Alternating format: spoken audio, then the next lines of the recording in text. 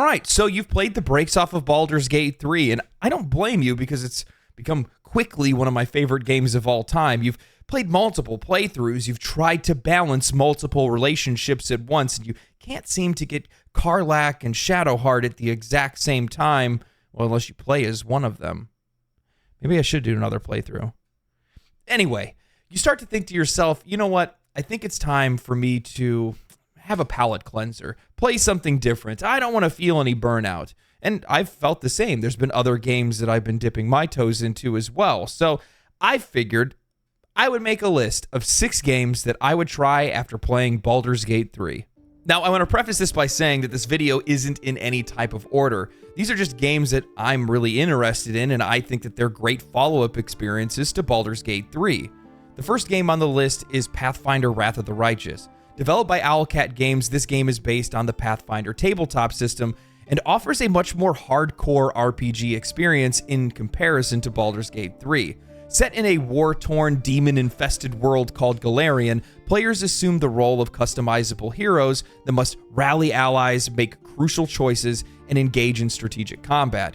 The game's deep narrative, moral dilemmas, and complex character development system provides a similar sense of agency and consequences that fans of Baldur's Gate 3 are going to appreciate. Players can choose from a variety of different races, each with unique racial abilities. Additionally, there is a wide range of character classes unlike anything you have seen. Things like fighter, wizard, rogue, alchemist, inquisitor, shaman, witch, and more than I can even remember or try to list in this video. This choice significantly impacts your character's abilities, skills, and your role in the party. As your character levels up, you gain attributes and skill points that can be spent on various improvements, just like Baldur's Gate 3. Things such as strength and dexterity, or persuasion, perception, and stealth. Feats are special abilities and bonuses that you can also choose for your character as they progress, allowing you to specialize in different aspects of combat or non-combat roles.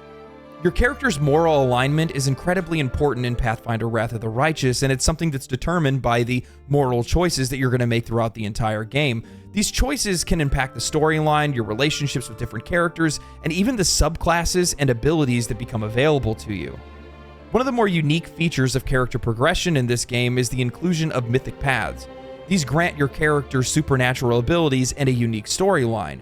These paths such as Angel, Lich, and Demon significantly enhance your character's power and provide really distinct gameplay experiences. Now, my knowledge with Pathfinder Wrath of the Righteous is relatively limited, so I can't really go into full deep dive detail with you just yet, because I've just really gotten started with playing the game. However, I can already tell from the very start of it that this is a game that a lot of Baldur's Gate 3 enjoyers or first-time CRPG players are really going to like, just because of the sheer amount of character customization available in this game. I'm going to be honest with you, that menu is overwhelming. The amount of classes, subclasses, racial abilities, gods that I can choose to worship that actually have an impact on my character and its abilities, it's wild. Now, something that's really cool about this that I know a lot of Baldur's Gate 2 fans really enjoyed about those games is that this game is real-time with pause, but also has the ability to switch to turn-based entirely. I think that's a really cool feature. Being somebody that's still kind of stuck on Baldur's Gate 3 and also Divinity Original Sin 2, I'm kind of leaning more towards the turn-based part of it. But either way, I think this is a game that a lot of people that enjoyed Baldur's Gate 3 are really going to resonate with and enjoy quite a lot. So even though I don't have a lot of experience with it, I'm going to have to suggest this one because I've been having a blast with it so far, and I can't wait to make content for the game in the future.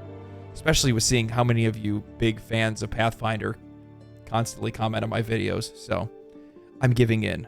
Now, I'm going to admit this one's a bit of a layup, but if you love Baldur's Gate 3 and by extension Larian Studios, you should absolutely be playing their last released game, Divinity Original Sin 2. Set in a very rich and immersive world, this is Larian's homebrew lore. This is something that they've been working on since, well, the company ever existed. This game offers Larian's own deep and original engaging narrative, including intricate character interactions and a highly interactive environment. Players can create their own characters or choose from a diverse cast of origin characters, just like we can in Baldur's Gate 3, each with their own unique personalities, backgrounds, and quest lines. The game is known for complex storytelling, moral choices, and the freedom it provides in how you can approach just about any quest or any challenge. Now, what sets Divinity Original Sin 2 apart from Baldur's Gate 3 is its unique combat system, which combines the strategic turn-based gameplay that we're already used to from Baldur's Gate 3 with an elemental physics system.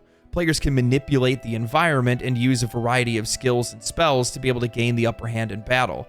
As an example, you're able to freeze the ground, then light it on fire to create steam, and then shoot an electric bolt to electrify that steam. This gives you a lot of really unique gameplay options that really isn't available even in Baldur's Gate 3. The game also encourages cooperative multiplayer like Baldur's Gate, but it also has a Game Master mode, which allows your friends not only to join your party, but also to collaborate and build your own adventure. With its deep role-playing elements, the rich world building, and the engaging gameplay, Divinity Original Sin 2 offers a really unique experience that's likely to be incredibly enjoyable for those that love Baldur's Gate 3. Divinity Original Sin 2 is the reason why I bought Baldur's Gate 3 in early access the minute it became available. I already knew what Larian was capable of, and I couldn't wait to see what they were working on next. And, well, I wasn't disappointed, and neither will you be, because though I've seen it thrown around as more of a flame than anything else, a lot of people have called Baldur's Gate 3 Original Sin 3. But to be honest with you, I think that that's fine, because at the end of the day, Divinity Original Sin 2 was an absolutely fantastic game. We just got more of it, but we got it in Faerun. We got it with the Wizards of the Coast IP, a really cool and unique storyline from the perspective of Larian Studios. Obviously, they are completely different experiences in a lot of different ways. The narrative is completely different because Divinity is actually Larian's homebrew lore. This is something that they've been working on for a really long time, and I'm going to be honest with you, it's really cool. So I highly suggest that people go play this. I highly suggest that if you play it for the first time, I actually wouldn't make a character. I'd probably play it as Losa or maybe Thane. I don't know. Go play it. Now, the next game on the list is Dragon's Dogma, and while Baldur's Gate 3 and Dragon's Dogma offer very distinct gameplay experiences, I'm suggesting this game because I'm currently playing it, and I've been absolutely floored with my first playthrough. Yes, I've been sleeping under a mountain. It is what it is. This game is my new obsession. You're going to see a ton of videos on it, so just buckle in and just watch and enjoy. In Dragon's Dogma, you play the role of the Arisen, accompanied by AI-controlled companions called pawns. The combat is fast-paced and dynamic, allowing for a wide range of mastery and strategy, or you could just summon a tornado that would kill everything in its wake. The combination of melee, ranged, and magical combat options, along with the ability to climb and interact with these massive monsters, creates a really enjoyable and immersive gameplay experience. The action-oriented gameplay can be a refreshing change of pace for those that have really enjoyed the more strategic combat and the turn-based combat of Baldur's Gate 3, and it can serve as a bit of a palate cleanser.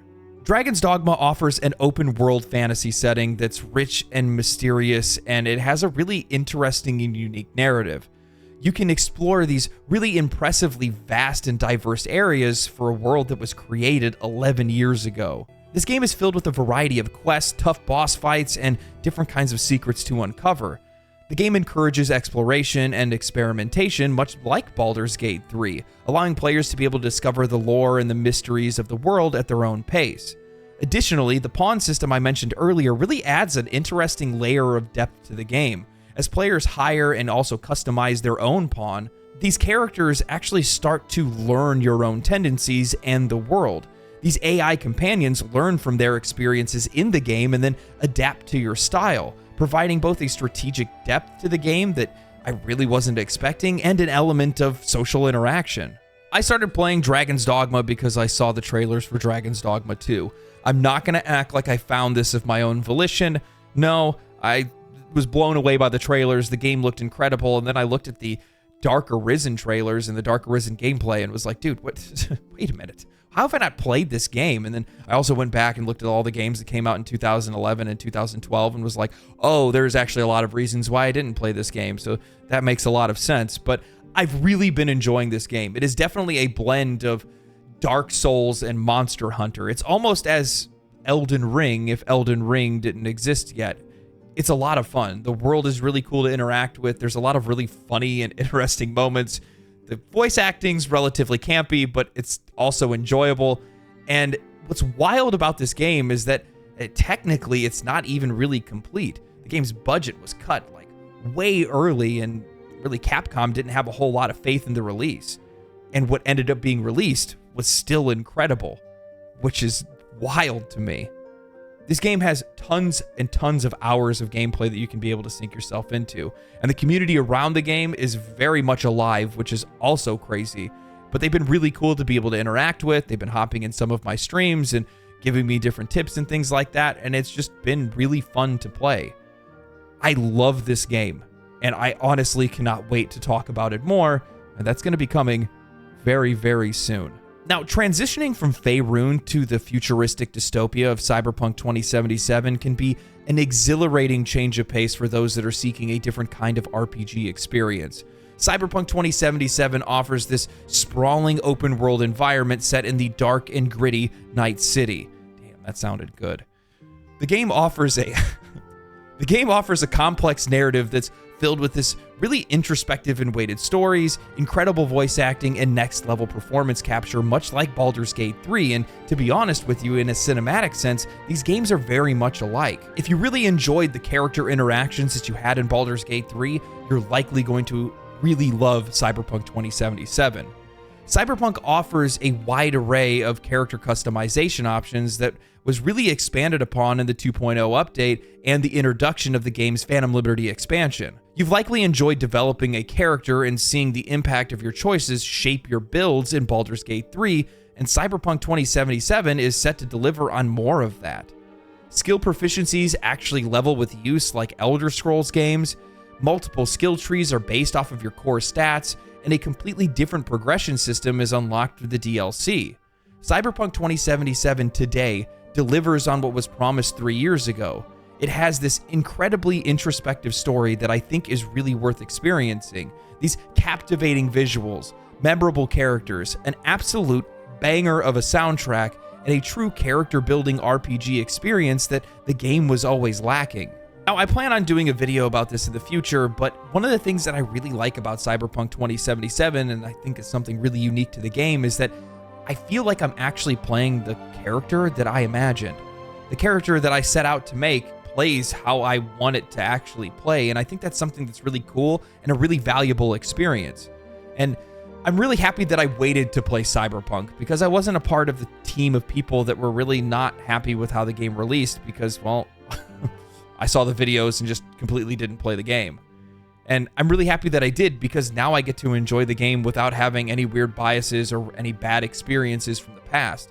The game has been an absolute joy to play. I don't think joy is necessarily the best word to use, because some of these stories that this game tells, just, man, they'll have you sitting in the shower thinking about some things for a while, that's for sure. But regardless, this story is incredible, and it's really rare that a game can actually make you think. Really make you think. Think about yourself and the choices that you make and the world that you live in and the things that you might be able to do to be able to improve your own life. While I do believe the game can be rather fatalistic, I think there's a lot of opportunity for personal growth by playing the story and learning from the characters. Not only is the gameplay incredible, but the story's amazing. Beyond that, this is honestly probably the most beautiful game that you can play to date, period, if you own a PC. Now, this one's probably going to give you a little bit of whiplash, but I'm going to need you to hold on with me, because I really want to suggest Last Epoch. Diablo clones and loot-driven action RPGs are games that really got me hooked into RPGs in the first place, and I feel like that might be true for a lot of other gamers that are out there. I mean, we love the loot. Developed by 11th Hour Games, an indie studio, which we love supporting indie studios on this channel, Last Epoch is an action RPG that combines all of the best elements of the ARPG genre with a time-traveling narrative and arguably the best crafting system in all of ARPGs. Last Epoch emphasizes on character build customization with an extensive class system that allows players to create unique builds by choosing various mastery combinations and the ability to master specific skills by speccing into and modifying their specific skill trees. If you like skill trees, this is a game that has skill trees for your skill trees. You can explore different eras and timelines, altering the past and the future as you progress throughout the game. This dynamic element adds a layer of complexity to the game's storytelling and the gameplay, allowing Last Epoch to use a variety of different types of enemies and allies to put in your path. Last Epoch is still in early access, and it still has quite a few bugs to shake out and some different improvements to make. However, as a fan of early access and providing meaningful feedback to developers, I highly suggest that you give this game a try. Cast aside the woes of Diablo 4's lack of endgame or Path of Exile's over-complexity, and try an RPG that blends the best of both worlds into a game that's both highly accessible and rich with content. I have played a lot of Last Epoch, and to be honest with you, I am very much, at my core, an ARPG Andy. A lot of my first videos that I made were on Diablo 4, sadly enough. I learned my lesson on that one, you damn AAA bastards. But regardless, things like Grim Dawn or Diablo 2, Path of Exile, this is my jam. Last Epoch is absolutely my jam. If you like these kind of games, this is exactly the game for you because, one, it's only $30, and two, it does a really good job at refining a lot of the different systems that we see done kind of good, but not great in a lot of other games. Not only is this game incredibly accessible, it's not difficult to make builds, but it has a really high skill ceiling where you definitely can get in the weeds like you can with a game like Path of Exile. I really like this game. The only thing that I would probably say is, if I was making a full recommendation to give my stamp of approval, is I really do want to see what they do with the full release of the game. Specifically because I wasn't necessarily sold on the narrative. And it wasn't that it was a bad story. I think the story, when they were telling it, was actually really good.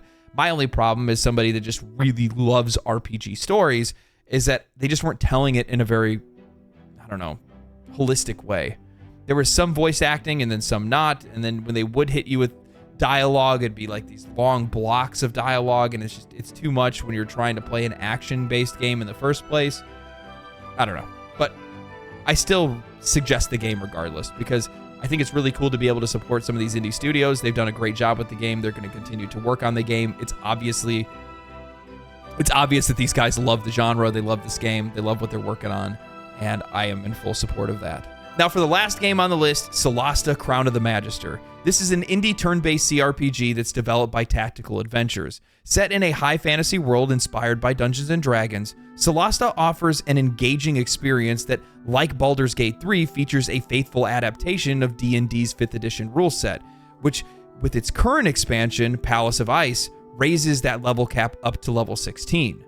I'm suggesting this title because it's the closest experience outside of Divinity Original Sin 2 that you can get to Baldur's Gate 3. However, this game offers skills used in more traditional ways. There's nothing like spider climbing and standing on a wall, putting out torches, and ruining your enemy's ability to see anything. Unless they're vampires. Don't do that if they're vampires. The game places a strong emphasis on tactical combat, planning, and exploration. What's unique to Solasta over Baldur's Gate 3 is that you use an overworld map to explore. Unlike Baldur's Gate 3, Solasta has separated map areas that you can't physically travel between. And while many players may say this is a hindrance, I believe it just adds a different kind of flavor. As your characters travel the road between explorable areas, they can craft items, take rests, find random encounters, and experience unique dialogue. Solasta uses really intricate level design to encourage players to think a little bit more strategically, utilizing the environment like putting out torches or positioning yourself to gain a better advantage in battle. While Solasta doesn't have the same beauty, voice acting, or cinematic wonder of Baldur's Gate 3, I find the story, character development, and its adherence to the D&D rule set, Solasta just makes a really good or fantastic choice, honestly, as a follow-up experience to Baldur's Gate 3. The best part is, you can play it solo or co-op. I'm going to be honest with you, Solasta is not a pretty game. That's not necessarily a knock against the game, because I think with indie games, we don't really expect high level of fidelity. We expect something different, a different flavor, a different passion. We expect them to be a little bit more daring with a lot of the different mechanics or things that they include in the game. And Solasta does a really good job of doing that. I really enjoy this game. It is an absolute blast to play. And while the voice acting is really campy and the character models are basically clay animation, in my opinion, they look like Gumby. Did I date myself by saying that? I probably just dated myself by saying that. I shouldn't have said that. I was hoping to try to keep that a secret. But anyway, the game is a lot of fun. I highly suggest it to anybody. It's a really cheap game too, which is also really nice. They have many expansions, a lot of different adventures for you to go on, tons of unique skills and different builds and things that you can use. The game is just an absolute blast. I've had a lot of fun playing it by myself, and I've had a ton of fun playing it with my friends. I actually plan to play it again relatively soon after I have, gotten through the rest of the games on this list, and probably about 4 or 5 more that are sitting in my Steam library. Anyway, I hope you guys enjoyed the list. This is my first time doing like a list style video. I have other lists that I could also do that I have like put in a little basket on the side of like things to just break up the flow of different content that I make. If you guys enjoyed this, let me know in the comments below. If there's a game that you feel that I missed and you're so angry that I didn't bring it up, also, you can leave that in the comments below because I know you will anyway. It's okay. I read them all. Most of them, at least. Anyway, stay cool, stay righteous, stay safe, and I will see you in the list of games that I brought up today. Hope you guys have a great day and a great week. Peace.